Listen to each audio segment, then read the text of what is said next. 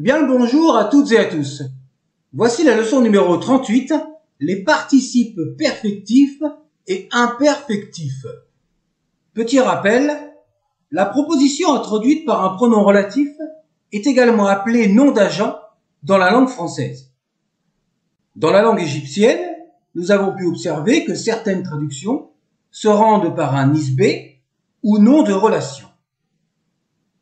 Exemple serti de la vidéo numéro 16, un de la campagne, un campagnard, mais également celui qui est à la campagne. Et dans cette même vidéo numéro 16, Herichef, celui qui est sur son lac, c'est le dieu Arsafès, ou Keria, celui qui porte le bras, c'est-à-dire l'assistant. Le nisbé est formé à partir d'un nom commun, d'un nom propre, d'une préposition ou d'un adverbe. Il existe une autre forme pour traduire une proposition relative correspondant à notre participe passé. Dans ce cas, le pronom relatif ne sera pas nécessairement traduit dans la langue française. Déterminé par un verbe ou un adjectif, en grammaire égyptienne, on appelle cela un participe. Les participes sont désignés par trois formes verbales, le perfectif, l'imperfectif et le prospectif. À ces trois formes verbales se rajoutent les actions à la voix active et à la voix passive. Nous allons voir les désinences pour chaque forme verbale. Allez, on s'accroche un peu. Maintenant, on est dans la cour des grands et on arrive aussi à la fin de la grammaire. Le participe actif perfectif. La désinence est rarement écrite en W au masculin. Mais dans nos exemples, nous allons quand même mettre le W, entre parenthèses, et dans l'écriture égyptienne, uniquement pour indiquer son emplacement. Par contre, elle est toujours écrite en T au féminin. Le pluriel peut être noté avec le W, avec éventuellement la désinence des trois traits. Et les verbes géminés ne font pas de réduplication. Avec un verbe littéraire au masculin denes, cela donne densu. Le W est avant le déterminatif, s'il est écrit. Au féminin, denset. Au pluriel, densu.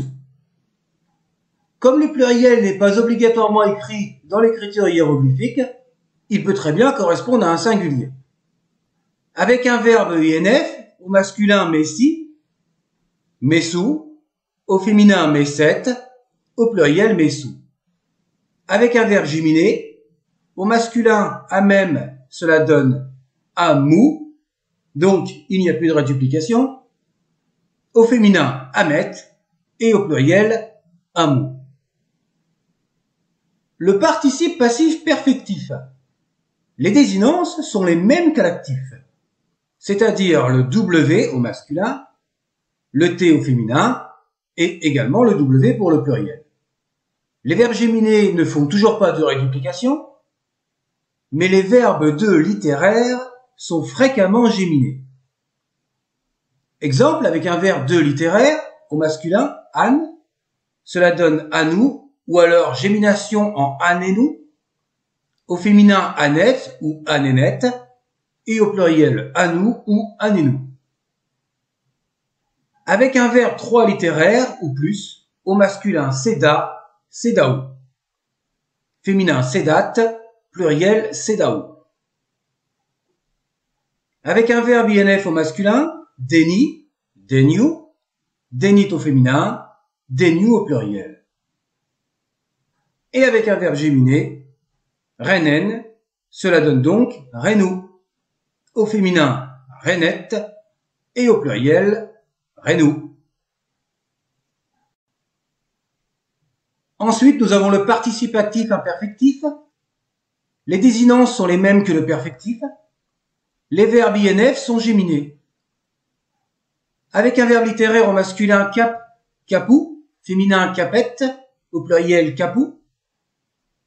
Avec un verbe INF au masculin rémi, donc rememou, au féminin rememet et au pluriel rememou. Avec un verbe géminé, kebeb donne kebebou, féminin kebebet et au pluriel kebebou. Quant au participe passif imperfectif, la désinence est toujours écrite au masculin en W. La désinence T l'est également, comme on a vu jusqu'à présent, et le pluriel est fréquemment désigné par W, avec éventuellement la désinence des trois traits. Les verbes INF sont géminés. Avec un verbe littéraire, au masculin ab, ce sera toujours abou, donc avec le W dans l'écriture hiéroglyphique. Au féminin abet, au pluriel abou, pluriel non obligatoire. Avec un verbe INF, au masculin guémi devient guémémou, au féminin guémémet et au pluriel guémémou. Avec un verbe géminé, tekek, c'est tekekou, féminin tekeket et au pluriel tekekou. Enfin, pour accentuer un peu les particularités hiéroglyphiques, les verbes faibles ou INF peuvent avoir la désinence Y à la place de W, donc it au féminin et you au pluriel. Voyons ces exemples en reprenant les mêmes verbes. Messi, donc au masculin, messi, écriture avec le Y. Au féminin, messit, et au pluriel, messiou. Dans ce cas-là, si la désinence est un Y, on ne la mettra pas entre parenthèses. Rémi, au masculin, rémi, au féminin, rémit, au pluriel, rémiou. Ne pas oublier que si c'est un participe passif imperfectif, cela donnera remémi ou remémit ou remémiou. Ensuite, les verbes forts ou littéraires se terminant par A, M, N, R, R, H, Ch, T, Ch, D et J peuvent également avoir la désinence Y à la place de OU. Donc, it au féminin et you pour le pluriel. Reprenons les mêmes verbes. Anne, au masculin, cela donne Annie. Féminin, Anit, au pluriel, Agnew.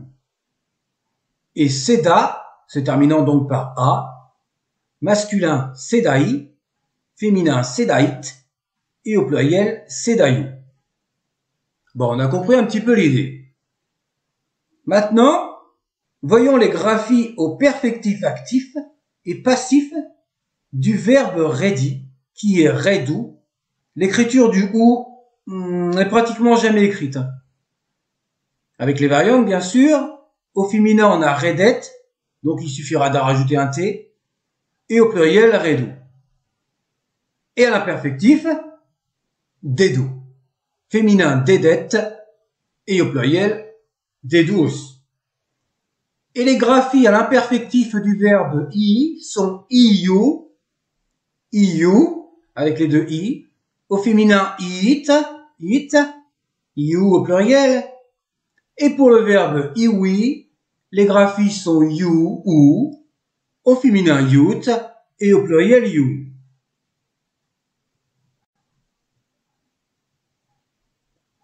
Le participe actif perfectif est traduit en français par un passé indiquant que l'action est révolue ou achevée. Exemple, you sema pen, aku ri pet, rinem hemka.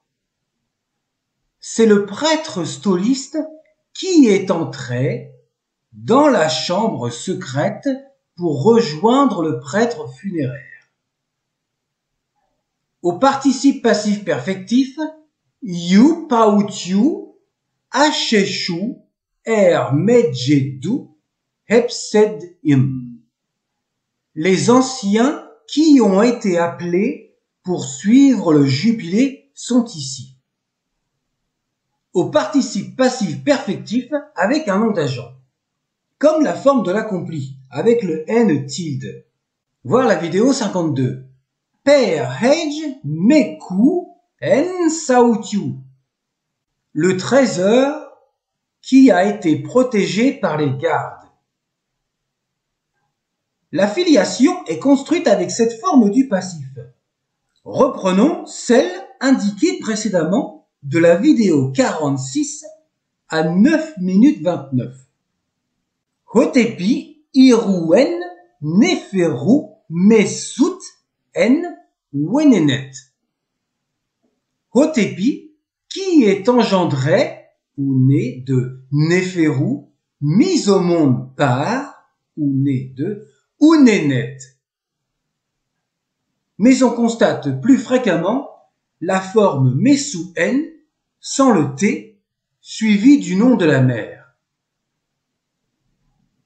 Et pour finir la vidéo, le participe actif imperfectif est traduit en français par un présent indiquant que l'action est récurrente ou itérative. Donc elle se répète. Exemple, You heret shaef shetiu her abrenu pereru emiteru.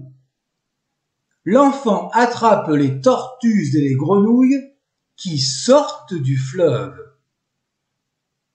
Yutu mautu emitet uhau wenmu remusen. Et l'on voit également les pêcheurs qui mangent leurs poissons. La forme yutu, qui correspond à e, a été mise entre parenthèses parce qu'en fait cette phrase, c'est la suite de l'autre. Autre exemple, au participe passif imperfectif, Pta pu jedu resi inebef emmennefer. C'est Pta qui est nommé celui qui est au sud de son mur, à Memphis. Et au participe passif imperfectif avec un nom d'agent, donc il n'y a pas de préposition, Sechu spechelu iba ennebef. Les peintures qui ont été recopiées ou qui sont recopiées par le dessinateur sont pour son maître. Nous avons également parlé d'une troisième forme verbale, le participe prospectif. Elle sera étudiée dans une autre leçon, ainsi que d'autres variantes et les formes de la négation. À bientôt!